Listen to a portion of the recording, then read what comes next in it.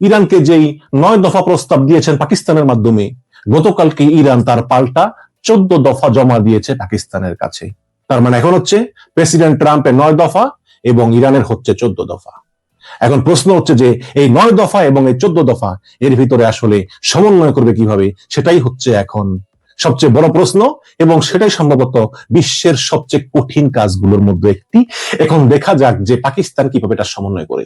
এবং সবচেয়ে গুরুত্বপূর্ণ কথা হচ্ছে, ডোনাল্ড ট্রাম্প বলেছেন যে এই যে আমাদের এই 9 দফা এবং ইরানের 14 দফা, ইরানের এই 14 দফা আমার মোটেও পছন্দ হয়নি। এটা পছন্দ হওয়ার কথা না। মানে ট্রাম্প বলতেছেন যে এটা আমার পছন্দ হয়নি, আর পছন্দ হওয়ার কথাও না, কারণ ইরান তো আপনার পছন্দ মতো 14 দফা দিবে না, তাই না? এটা তারা দিয়েছে তাদের নিজেদের স্বার্থে। আপনি ট্রাম্প যেমন 9 দফা দিয়েছেন আপনার স্বার্থে, ইরান তেমনি 14 দফা দিয়েছে তার স্বার্থে। সুতরাং আপনার পছন্দ না হয় স্বাভাবিক, বাট বাস্তবতা হচ্ছে ইরান এই 14 দফা বাস্তবায়নের জন্য প্রতিজ্ঞাবদ্ধ, এবং তারা বলতেছে যে এই 14 দফার উপরে আলোচনা হতে হবে। এবং সবচেয়ে গুরুত্বপূর্ণ কথা হচ্ছে যে এই রিপোর্টগুলো কিন্তু আমরা পেয়েছি তাসনিম নিউজের কাছ থেকে, সেটা হচ্ছে যে ইরানের আধা সরকারি একটি মিডিয়া। তারা বলেছে যে ট্রাম্প বলতেছে যে ঠিক আছে, তোমাদের 14 দফা আমাদের 9 দফা, এই আলোচনার জন্য আমরা একটা 2 মাসের যুদ্ধবিরতি চাই। তখন ইরান বলতেছে যে না, 2 মাস অত্যন্ত বেশি, এই আলোচনার জন্য মূলত আসলে 1 সপ্তাহই এনাফ, বাট তারপরেও তোমরা যেহেতু বলেছ 1 মাস আমরা রাজি আছি, 1 মাস পরে যদি চুক্তি না হয় তাহলে আবার যুদ্ধ শুরু হবে। আপনি ভেবে দেখেন যে পৃথিবীর সবচেয়ে শক্তিশালী পরাক্রমশালী রাষ্ট্র আমেরিকা বলতেছে যে আমরা যুদ্ধবিরতি চাই, ইরান বলতেছে না, এত বেশি সময় যুদ্ধবিরতি দেওয়া লাগবে না, তোমরা 2 মাস চেয়েছ, আমরা 1 মাস দেব। ভাবা যায় মানে ইরান কোন পর্যায়ে আছে। তার মানে হচ্ছে ইরান আসলে আমেরিকাকে আর থোড়াই কেয়ার করে, কোনো কেয়ার করতেছে না।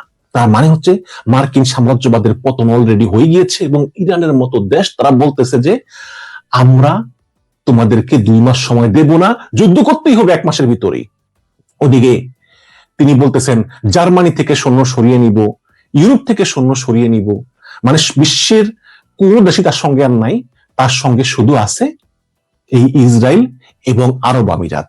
এবং এই সংযুক্ত আরব আমিরাত যে 7টা স্টেট নিয়ে গঠিত, আবুধাবি, দুবাই, শারজাহ সহ অন্যান্য, এগুলো এখন কেন্দ্রীয় সরকারের সঙ্গে একমত না। সেখানেও কিন্তু বিশাল বিভেদ দানা বাঁধতেছে। তো আমরা দেখি যে আসলে আমেরিকাকে দেওয়া যে 14 দফা, সেই 14 দফায় ইরান কি কি বলেছে। শুধুমাত্র সাময়িক যুদ্ধবিরতি নয়, বরং এই সংকটের স্থায়ী সমাধানই আমাদের মূল লক্ষ্য। এই 14 দফার কথা মূলত বলেছেন ইরানের উপপররাষ্ট্রমন্ত্রী কাজেম ঘারিবাবাদি। তিনি সম্প্রতি ইরান রাজধানী তেহরানে একটি কূটনীতিক মিটিং এর আয়োজন করেছিলেন, সেখানে সকল বিদেশি কূটনীতিকরা ছিলেন। তাদেরকে তিনি বলেছেন যে চাপিয়ে দেওয়া যুদ্ধের স্থায়ী অবসানের লক্ষ্যে পাকিস্তানের কাছে একটি পরিকল্পনা জমা দিয়েছে ইরান, এখন বল আমেরিকার কোর্টে। এখন ট্রাম্প কূটনীতির পথে হাঁটবেন নাকি সংঘাত বেছে নিবেন, সেই সিদ্ধান্ত ট্রাম্পকে নিতে হবে। এবং ইরানের এই নতুন শান্তি পরিকল্পনায় বেশ কিছু কঠোর শর্ত জুড়ে দেওয়া হয়েছে, যেমন ভবিষ্যতে কোনো প্রকার সামরিক আগ্রাসন না চালানোর নিশ্চয়তা দিতে হবে, ইরানের সীমান্তবর্তী এলাকা সহ গালফ কান্ট্রিগুলো থেকে সকল মার্কিন ঘাঁটি এবং মার্কিন বাহিনী প্রত্যাহার করতে হবে। এটা আমেরিকা করবে বলে মনে হয় না। ইরানের উপর থেকে নৌ অবরোধ সহ সকল ধরনের নিষেধাজ্ঞা তুলে নিতে হবে, এবং বিদেশে জব্দ করা ইরানের সকল সম্পদ ফেরত দিতে হবে, এবং লেবানন সহ সকল রণাঙ্গনে যুদ্ধের অবসান ঘটাতে হবে। এবং হরমুজ প্রণালী নিয়ে কিছু বলা হয়েছে কিনা জানি না, 14 দফায় নিশ্চয়ই কিছু বলা হয়েছে, কারণ হরমুজ আসলে ইরান ছাড়বে না। ইরানের supreme leader Sayed Mustafa Khamenei তিনি স্পষ্ট বলেছেন যে এই হরমুজ আসলে ইরানের কন্ট্রোলেই থাকবে। এবং সবচেয়ে বড় সমস্যা হচ্ছে যে ইরান মনে করে যে পারমাণবিক অস্ত্র তৈরি করা, রক্ষা করা ইরানের সার্বভৌম অধিকার, এটা তাদের অধিকার, তারা এটা নিয়ে আমেরিকার সঙ্গে কোনো বার্গেনে যাবে না। এবং সমস্যা হচ্ছে এটা, আমেরিকা বলতেছে যে ইরান যদি পারমাণবিক অস্ত্র তৈরি করা থেকে সরে না আসে তাহলে কোনো আলোচনা হবে না, এটা সমস্যা। এবং ট্রাম্প বলতেছে যে ইরান হচ্ছে একটা মানে সভ্য রাষ্ট্র না, ইরানের কোনো গণতন্ত্র নাই। ইরানে প্রথম ক্ষমতায় আসছে সেই 1979 সালে আয়াতুল্লাহ রুহুল্লাহ খামেনি, তারপর আয়াতুল্লাহ আলী খামেনি, তার ছেলে মুস্তফা খামেনি, এরা হচ্ছে জঙ্গি দেশ, এদের কাছে পারমাণবিক অস্ত্র থাকা নিরাপদ না। অথচ নর্থ কোরিয়াও কিন্তু পারমাণবিক অস্ত্র সমৃদ্ধশালী দেশ, সেখানেও কিন্তু গণতন্ত্র নাই। যে বর্তমানে যে কিম জং উন, তার বাবা কিম জং ইয়ং, তার বাবা কিম জং ইল, এই তিন পুরুষ ধরে শাসন করে আসতেছে। তো সেই নর্থ কোরিয়া যদি পারমাণবিক অস্ত্র রাখার অধিকার থাকে, ইরানের কেন থাকবে না, তাই না? এটাই হচ্ছে এখন প্রশ্ন। এখন ওদিকে আবার ওই যে ট্রাম্পের যেই অর্থমন্ত্রী স্কট বেসেন্ট, তিনি বলতেছেন যে ইরানের জনগণ ইরানের এই অত্যাচারী শাসক থেকে মুক্তি চায়। ভাই তুমি কে যে তুমি এই কথা বলার? তুমি কিভাবে বুঝলা যে ইরান জনগণ তাদের অত্যাচারী শাসক থেকে মুক্তি চায়? চায় না তো। যেদিন প্রথম হামলা চালালো আমেরিকা 28 ফেব্রুয়ারি, সেই প্রথম দিনই তো ইরানের যে প্রধান ধর্মীয় নেতা আয়াতুল্লাহ আলী খামেনি সহ প্রায় 20-22 জনকে মেরে ফেললো, এবং ট্রাম্প বলল জনগণ রাস্তায় নেমে আসুন, আপনারা ইরান সরকারকে উৎখাত করেন। কেউ রাস্তায় নামছে? নামে নাই তো। কেউ তো রাস্তায় নামে নাই। সবাই সরকারের সঙ্গে ছিল এবং তারা আগে চক্রবদ্ধ হয়েছে। একজন ইরানি মহিলা বলতেছে যে আমরা এখন ওয়েস্টার্ন ড্রেস পরে রাস্তায় হাঁটতেছি, ইরানের পুলিশ কিছুই বলতেছে না, কারণ এই যুদ্ধ সবার ভিতরে একটা একতাবোধ, ঐক্যবদ্ধতা এনে দিয়েছে যে আমরা যে মতবাদের হই না কেন, কেউ ইসলামিক, কেউ নন ইসলামিক, কেউ আস্তিক, কেউ নাস্তিক, কেউ ওয়েস্টার্ন কালচারে বিশ্বাসী, কেউ ইরানি কালচারে বিশ্বাসী, বাট একটা বিষয় সবাই একমত যে এই বহিঃশত্রুদের হাত থেকে, এই মার্কিন সাম্রাজ্যবাদের হাত থেকে ইরানকে মুক্ত রাখতে হবে, এবং যে যুদ্ধ অন্যায়ভাবে ইরানের উপর চাপিয়ে দেওয়া হয়েছে সেই যুদ্ধ থেকে এই দেশকে মুক্ত করতে হবে এবং এই যুদ্ধে জয় লাভ করতে হবে। এটা হচ্ছে ঐক্যবদ্ধ ইরান। বাট স্কট বেসেন্ট বলতেছে যে ইরানের জনগণ আমাদেরকে একত্রিত করতেছে যে ইরানের এই অত্যাচারী সরকারের হাত থেকে আমাদেরকে বাঁচান। মানে কত বড় ভণ্ডামি দেখেন। তোমার কে বলছে বাঁচান, আর তুমি কিভাবে বুঝলা? কিন্তু ওই যে ন্যারেটিভ তৈরি করা, এই যে বলতেছে যে মার্কিন কংগ্রেসে যে আরেকজন যে এই যুদ্ধমন্ত্রী হ্যাকসেথ, এই লোকটা দেখলে আমরা কি বলবো আর, এতে মানে মনে হয় যে ওই যে পাড়ার মাস্তান আছে না, ওইরকম ওই চুলগুলো উল্টে আছে। তাকে কংগ্রেস বলতেছে যে এই যুদ্ধে কত খরচ হয়েছে, তখন সে বলল যে কত বিলিয়ন ডলার যেন বলছে, যদিও অনেক কম বলছে, মানে যা খরচে যুদ্ধে তার চেয়ে কিন্তু অনেক কম কম বলতেছে, 3-4 গুণ কমে ফেলছে। তখন সিনেটর বলতেছে যে এই যে এত টাকা খরচ হইলো, এগুলো তো আমেরিকান জনগণের ট্যাক্সের টাকা। তখন হ্যাসগেট বলতেছে যে যদি ইরান পারমাণবিক অস্ত্র তৈরি করে ফেলতো এবং করে আমাদের উপর হামলা করতো, তখন কি ভালো হতো? আরে ভাই, এটা তো সবাই জানে যে ইরান আসলে পারমাণবিক অস্ত্র তৈরি করলো, এগুলো কোনোদিনই আমেরিকা ব্যবহার করতে পারবে না, কারণ আমেরিকা অনেক দূরে আর করবেও না। ইরানের সেই ইচ্ছা নাই। ইরান শুধু চায় আত্মরক্ষার জন্য। যেখানে তুলসী গাবার্ড, যে গোয়েন্দা প্রধান আমেরিকার ভারতীয় বংশোদ্ভূত, তিনি কদিন আগে বলেছেন যে আসলে ইরানে কোনো পারমাণবিক অস্ত্রই নেই।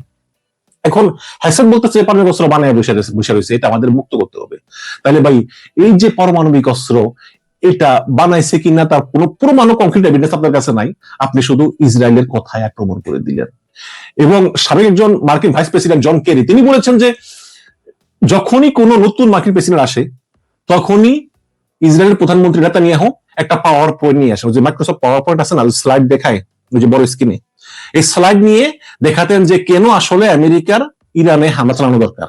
কোন প্রেসিডেন্ট রাজি হয়নি, শুধু এই ডোনাল্ড ট্রাম্প রাজি হয়েছেন হামলা চালাতে, এবং এই হামলা চালাতে গিয়ে ডোনাল্ড ট্রাম্প ইতিহাসের সবচেয়ে বড় মাইনকা চিপায় পড়ছেন।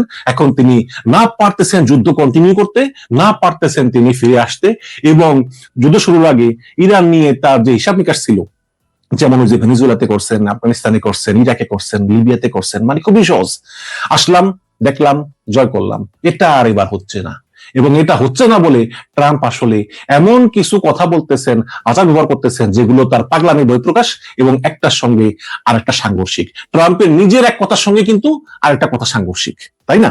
তো আমি দেখি যে আমাদের আমিরুল ইসলাম ভাই কি লিখেছেন, আল জাজিরার এই মুহূর্তে শিরোনাম হচ্ছে আমেরিকা ইরান কূটনীতি হুমকির মুখে। এর আগে শুক্রবার ইরান জানিয়েছিল যে যুদ্ধ বন্ধ করার জন্য নতুন 14 দফা প্রস্তাব পাকিস্তানের কাছে পাঠিয়েছে ইরান, এবং গত রাতে ট্রাম্প জানিয়ে দিয়েছে যে ইরানের এই প্রস্তাব আমার পছন্দ হয়নি। পছন্দ হওয়ার কথা হতো না, ইরান তো আর আপনার পছন্দ মতো প্রস্তাব দিবে না, তাই না? এরপর থেকে আমেরিকা ইরানের মাঝে আলোচনা কার্যত বন্ধ হয়ে গিয়েছে বলে রিপোর্ট প্রকাশ করেছে বার্তা সংস্থা রয়টার্স।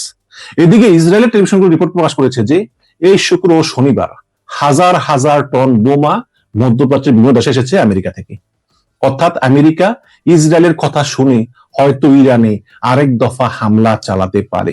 এদিকে ট্রাম্পের এক সময়ের খুব কাছের বন্ধু সাবেক কংগ্রেস সদস্য মার্জারি টেলর গ্রিন আজকে ট্রাম্পের আরেক কাছের বন্ধু টাকার কার্লসনের শোতে গিয়ে বলেছেন যে আমেরিকান কংগ্রেস এবং সিনেট এখন পুরোপুরি ইসরায়েলের দখলে। তিনি যুক্তি দিতে গিয়ে বলেছেন যে আমি যখন কংগ্রেসের মেম্বার ছিলাম তখন ইসরায়েলে প্রতি বছর আমেরিকা যেই পরিমাণ অর্থ সাহায্য পাঠায় সেটি কমানোর জন্য আমি বিল এনেছিলাম, কিন্তু দুঃখজনক হলেও সত্য, ডেমোক্রেট এবং রিপাবলিকান এই দুই দল মিলিয়ে 400 বেশি সদস্যের মাঝে মাত্র 5 জন আমার পক্ষে ভোট দিয়েছে। এরপর তিনি আরো বলেছেন যে যারা আমেরিকায় নির্বাচন করে, সে ডেমোক্রেট হোক কিংবা রিপাবলিকান হোক, সবাই ইসরায়েলের লবিস্টদের কাছ থেকে মোটা অঙ্কের টাকা নেয় এবং এজন্যই আমেরিকান হাউস অফ সিনেট বলেন, হাউস অফ রিপ্রেজেন্টেটিভ বলেন, উচ্চকক্ষ বলেন, নিম্নকক্ষ বলেন, সবকিছুই কিন্তু ওই ইসরায়েলিদের দখলে। চিন্তা করে দেখেন যে আমেরিকার মতো বিশ্বের একটা অন্যতম পরাক্রমশালী রাষ্ট্র চলতেছে বিদেশিদের টাকায়, বিদেশি লবিস্টদের টাকায়। ভাবা যায় এতদিন পৃথিবীর মানুষের কাছে এই বিষয়গুলো পরিষ্কার ছিল না, কিন্তু নেতানিয়াহুর বুদ্ধিতে ট্রাম্প যখন ইরান যুদ্ধ জড়িয়ে পুরা মার্কিন সাম্রাজ্যকে হুমকির মুখে ফেলে দিয়েছে, তখন কিছু কিছু আমেরিকান এই বিষয়গুলো নিয়ে মুখ খোলা শুরু করেছে। এদিকে সিএনএন এবং নিউ ইয়র্ক টাইমস রিপোর্ট করেছে যে মধ্যপ্রাচ্যে থাকা 16টা আমেরিকান সামরিক ঘাঁটি পুরোপুরি ধ্বংস হয়ে গিয়েছে এবং এগুলো আর ব্যবহার করা সম্ভব না। তো এই রিপোর্টটা মনে হয় ট্রাম্পের চোখে পড়েছে। এরপরই ট্রাম্প তার নিজের সোশ্যাল মিডিয়া ট্রুথ সোশ্যালে লিখেছেন যে সিএনএন হচ্ছে একটা নির্বোধ আর নিউ ইয়র্ক টাইমসের রিপোর্ট হচ্ছে রাষ্ট্রদ্রোহিতামূলক। হ্যাঁ, এখন প্রশ্ন হচ্ছে যে ট্রাম্প এই সিএনএন এবং নিউ ইয়র্ক টাইমসের উপর চটল কেন? কারণ খুব সহজ, কারণ হচ্ছে ট্রাম্প এই বিষয়গুলো লুকাতে চেয়েছিল। ইরান যুদ্ধে মার্কিন যে ব্যাপক ক্ষয়ক্ষতি হয়েছে, মার্কিন ঘাঁটি ধ্বংস হয়েছে, যুদ্ধ জাহাজ ধ্বংস হয়েছে, তারপরে নৌ জাহাজ ধ্বংস হয়েছে, প্রচুর সৈন্য মারা গিয়েছে, এটা আমেরিকা লুকাতে চেয়েছিল। এই জন্য তেহরান বিশ্ববিদ্যালয়ের অধ্যাপক মারান্ডি আজকে বলেছেন যে এতদিন পর্যন্ত আমেরিকা স্বীকার করে নাই যে কি পরিমাণ ক্ষয়ক্ষতি আমেরিকার হয়েছে, অথচ ইরান খুব ভালো করেই জানে যে মার্কিন ঘাঁটিগুলো সব ধ্বংস করে দেওয়া হয়েছে। এখন এই যখন আমেরিকান সংবাদ মাধ্যমে রিপোর্ট করতেছে, তখন আর ট্রাম্প সহ্য করতে পারতেছে না, কারণ এতে ট্রাম্পের দুর্বলতা প্রকাশ হয়ে গিয়েছে। শুধু আমেরিকাই না, লেবাননের দক্ষিণাঞ্চলে ইসরায়েলও সুবিধা করতে পারতেছে না। খোদ ইসরায়েল টেলিভিশনের একটি প্রতিবেদনে একজন রাজনীতিবিদ বলেছেন যে লেবাননে আমাদের প্রচুর সৈন্য মারা পড়তেছে অথবা আহত হয়ে ফিরে আসতেছে, কারণ লেবাননের নতুন প্রযুক্তির ড্রোনের সঙ্গে আমরা পেরে উঠতে পারতেছি না। এবং আল জাজিরা রিপোর্ট করেছে যে দক্ষিণ লেবাননে ইসরায়েলি বাহিনীর বিরুদ্ধে হিজবুল্লাহর ড্রোনের ব্যবহার কার্যকরভাবে প্রমাণিত হচ্ছে এবং এই ড্রোন নাকি ফাইবার অপটিক সিস্টেম দিয়ে বানানো, যেটা রেডিও ফ্রিকোয়েন্সি বা জিপিএস কোনো কিছুই ব্যবহার করে না এই ড্রোনগুলো। হ্যাঁ, যার কারণে এই ড্রোনগুলো ইসরায়েলের রাডারে ধরা পড়তেছে না এবং এতে করে লেবাননের ভিতরে ঢুকা ইসরায়েলি সৈন্যরা এখন মরণ ফাঁদে পড়েছে। এবং সেই ইসরায়েলি টেলিভিশনে আলোচকরা বলতেছিল যে আমাদের সৈন্যদের ফিরিয়ে আনা হোক, কারণ আমরা চাই না আমাদের আর কোন সৈন্য লেবাননে গিয়ে মারা যাক। এবার প্রশ্ন হচ্ছে এই যে এই ফাইবার অপটিক সিস্টেমের যে ড্রোন, এই ড্রোনগুলো হিজবুল্লাহর কাছে গেল কিভাবে? উত্তর খুবই সহজ, সেটা হলো ইরানের কাছ থেকে গিয়েছে। সিএনএন রিপোর্ট করেছে যে ইরানের ব্যালিস্টিক মিসাইল গুলো আমেরিকা এবং ইসরায়েল তাদের যে ইন্টারসেপ্টর আছে, সেই ইন্টারসেপ্টরের মাধ্যমে কিছুটা ঠেকাতে পারলেও ড্রোনগুলো নাকি সবচেয়ে বেশি ক্ষতি করেছে। অর্থাৎ আমেরিকা এই যে ড্রোন, যে নর্মাল শাহেদ ড্রোন, কামিকাজ ড্রোন, সামান্য খরচ দিয়ে করা যায়, এই ড্রোন সবচেয়ে বেশি ক্ষতি করেছে আমেরিকার।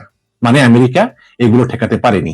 চিন্তা করে দেখেন যে আমেরিকা যদি এখন ইরানে স্থল অভিযান চালায়, তাহলে আমেরিকান সৈন্যদের কপালে কি লেখা আছে? নিশ্চয়ই খারাপ কিছু লেখা আছে। হয়তোবা 2টা দ্বীপ দখল করবে, খার্গ আইল্যান্ড, ক্যাশ আইল্যান্ড দখল করবে, কিন্তু কয়দিন দখল রাখতে পারবে সেটাই হচ্ছে এখন প্রশ্ন। এদিকে আমেরিকার সঙ্গে ইউরোপের সম্পর্ক দিন দিন খারাপ হচ্ছে। ট্রাম্প আর সকালে ইউরোপের উপর আরো 25% বাণিজ্য শুল্ক বাড়িয়ে দেওয়ার ঘোষণা দিয়েছেন। মূলত জার্মানির উপর ক্ষিপ্ত হয়ে তিনি এই ঘোষণা দিয়েছেন। এদিকে জার্মানির ভাইস চ্যান্সেলর আজকে বলতেছে যে ট্রাম্পের কাছ থেকে আমাদের কোনো উপদেশ নেওয়ার প্রয়োজন নাই। ঠিক আছে, এখন আমির ইসলাম বলতেছেন যে আমি দীর্ঘদিন ধরে এই ভূরাজনীতি পর্যবেক্ষণ করতেছি, ভূরাজনীতি আমি পড়াই, আমি সাম্রাজ্যবাদ বিষয়ে পিএইচডি করেছি, কিন্তু দ্বিতীয় বিশ্বযুদ্ধ পরবর্তী বিশ্বে জার্মানির একজন চ্যান্সেলর, একজন জার্মান নেতা আমেরিকান প্রেসিডেন্টের বিরুদ্ধে সরাসরি কথা বলবে, এটা বোধহয় দ্বিতীয় বিশ্বযুদ্ধের পরে পৃথিবী এই ধরনের কথায় অভ্যস্ত নয়। ইউরোপের যে মেইনল্যান্ড আছে, ইংল্যান্ড এবং আয়ারল্যান্ড বাদে, হ্যাঁ, এটাতে কিন্তু জার্মানি যা বলে তাই শেষ। আপনার খেয়াল আছে না যে ইউরোপিয়ান ইউনিয়ন ছিল, সেখান থেকে ইংল্যান্ড বের হয়ে গিয়েছে, মানে ইউকে বের হয়ে গিয়েছে, যুক্তরাজ্য বের হয়ে গিয়েছে।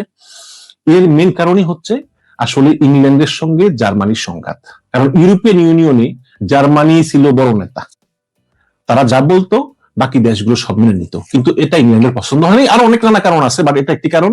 এই কারণে 2016 সালে জনগণ ভোট দেয় যে আমরা ইউরোপের সঙ্গে আর থাকবো না। তার ফলে এই ইউকে ইউরোপিয়ান থেকে বের হয়ে আসে। জার্মানি হচ্ছে ইউরোপের সবচেয়ে বড় শক্তি। সেই জার্মানির চ্যান্সেলর গতকালকে বলেছেন যে ইরান যুদ্ধে ট্রাম্পের পরাজয় হয়েছে এবং ইরান একটি শক্তিশালী রাষ্ট্র হিসাবে আবির্ভূত হয়েছে, যেটা ট্রাম্প কিছুতেই সহ্য করতে পারতেছেন না। জার্মানি দ্বিতীয় বিশ্বযুদ্ধে হেরে যাবার পর সিদ্ধান্ত নিয়েছিল যে নিজেদের বাজেটের 2% বেশি তারা কখনো সামরিক খাতে ব্যয় করবে না। বা যদি তারা ব্যয় করে, তাহলে জার্মানি এক সময় ইউরোপের অন্যতম শক্তিশালী দেশ হবে। যেই জার্মানি 2টা বিশ্বযুদ্ধ মোকাবেলা করে আসছে, যেই জার্মানি 2টা ভাগ হয়ে গিয়েছিল, পশ্চিম জার্মানি পূর্ব জার্মানি, তারা আবার এক হয়ে সমস্ত বিশ্বের অন্যতম শক্তি হয়ে যাবে যদি তারা আবার অস্ত্র বানানো শুরু করে। কিন্তু দ্বিতীয় বিশ্বযুদ্ধের পর একটা চুক্তি হয়েছিল আমেরিকার সঙ্গে যে তারা আর অস্ত্র বানাবে না। Same goes to Japan. জাপানের কি অবস্থা? কারণ এগুলি হচ্ছে মানে জার্মানি, জাপান, ইতালি, এরা হচ্ছে দ্বিতীয় বিশ্বযুদ্ধের পরাজিত শক্তি। তো এখন জার্মানি মনে করে যে ইউরোপের উচিত হবে না আমেরিকার উপর নির্ভরশীল থাকা, এবং এই যুদ্ধের পর নিশ্চিতভাবে ইউরোপ চেষ্টা করবে তারা আমেরিকার বলয় থেকে আস্তে আস্তে বের হয়ে আসার। এদিকে এই যুদ্ধের প্রভাবে আরব দেশগুলোর মধ্যেও কিন্তু বিভক্তি দেখা দিয়েছে। আরব আমিরাতের সঙ্গে সৌদি আরব এবং কাতারের সম্পর্কে ফাটল দেখা দিয়েছে। তবে শিকাগো বিশ্ববিদ্যালয়ের অধ্যাপক পেপ আজ একটি ইন্টারেস্টিং বিষয় বলেছেন। তিনি বলেছেন যে এই যে সংযুক্ত আরব আমিরাত, মানে ইউনাইটেড আরব আমিরাত, ইউএই, এর 7টা স্টেট আছে। 7টা। এবার আমি জানি যে কটা, যে শারজা ক্রিকেট খেলা হয়, আরব আমিরাত এবং দুবাই।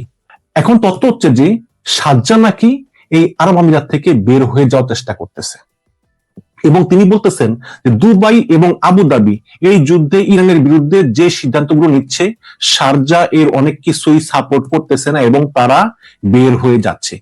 এবং তিনি এটাও বলেন যে আমরা হয়তো কিছুদিনের মধ্যেই নতুন একটি রাষ্ট্র, রিপাবলিক অফ শারজা, দেখতে পাবো খুব নিকট ভবিষ্যতে। অর্থাৎ এই যুদ্ধের ফলে পুরো বিশ্ব ব্যবস্থারই পরিবর্তনটা আমাদের চোখের সামনে স্পষ্ট হয়ে উঠতেছে, এবং আমেরিকার পাশে ইসরায়েল এবং আরব আমিরাত ছাড়া আর কোন রাষ্ট্র আসলে নাই। এখন প্রশ্ন হচ্ছে, এই অবস্থায় কি আমেরিকা ইরানে হামলা করবে? আর যদি হামলা নাই করে, তাহলে এত বিলিয়ন বিলিয়ন ডলার খরচ করে এই যে Apache helicopter, drone, third missile, Tomahawk cruise missile, A-15, A-35, A-20, C-35, C-10, marine force, delta force, ground force, special force, এত কিছু তো বিলিয়ন বিলিয়ন ডলার খরচ করে মধ্যপ্রাচ্যে নেওয়ার কোনো মানেই হয় না। এবং গত সপ্তাহে নাকি প্রচুর বোমা, গোলা বারুদ আসলে আমেরিকা থেকে মধ্যপ্রাচ্যে গিয়েছে। তার মানে হচ্ছে যে আরেকটা মরণ কামড় ট্রাম্প ইরানের উপর দিবে। অন্তত গত বছরে যেমন 12 দিনে একটা হামলা চালাইছিল, সেরকম একটা হামলা হলো চালাবে, এবং চালায়া যাই হোক না কেন ট্রাম্প ঘোষণা দিবে যে এই যুদ্ধে আমরা জয়লাভ করেছি এবং ইরানের পারমাণবিক অস্ত্রগুলো পুরোপুরি ধ্বংস হয়ে গিয়েছে। অথচ পারমাণবিক অস্ত্রগুলো ইরান কোনো এক গহীন পাহাড়ের এত নিচে রেখেছে যে এগুলো আসলে পৃথিবীর কোনো বোমা দ্বারা ধ্বংস করা সম্ভব নয়। কিন্তু হয়তো ট্রাম্প তার জয় প্রমাণ করার জন্য আরেকটা হামলা চালিয়ে ট্রাম্প বলবে যে আমরা ইরানের সমস্ত পারমাণবিক অস্ত্রগুলো ধ্বংস করে দিয়েছি, কিন্তু আসলে এটা হবে একটা মিথ্যা অজুহাত, কারণ ট্রাম্প